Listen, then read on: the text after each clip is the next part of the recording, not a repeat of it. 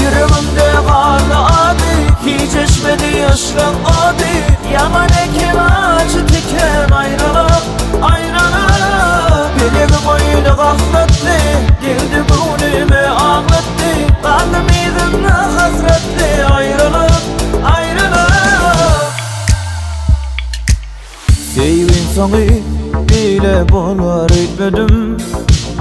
Hoşlaştın da yüreğimden gitmedin. Sevmedin mi ya da bana yatmadın. Ayrılığa hiç de dersin etmedin. Arzularım seni götürdü. Yatlamalar yadigar kaldı. Yüreğimde kaldı adı, hiç eşmedi yaşlan adı. Yaman ekim acı tiken ayrılıp ayrılıp.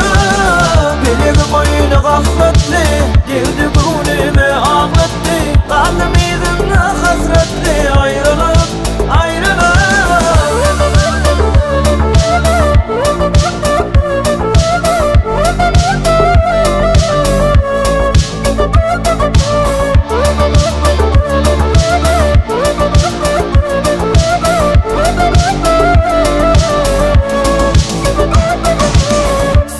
Güller yat bolup gitti bizim.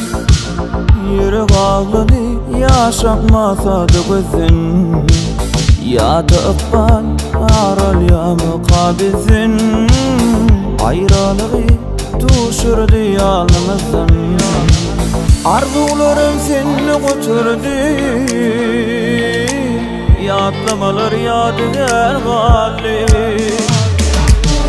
Yüreğimde kaldı adı, hiç eşmedi yaşlan adı.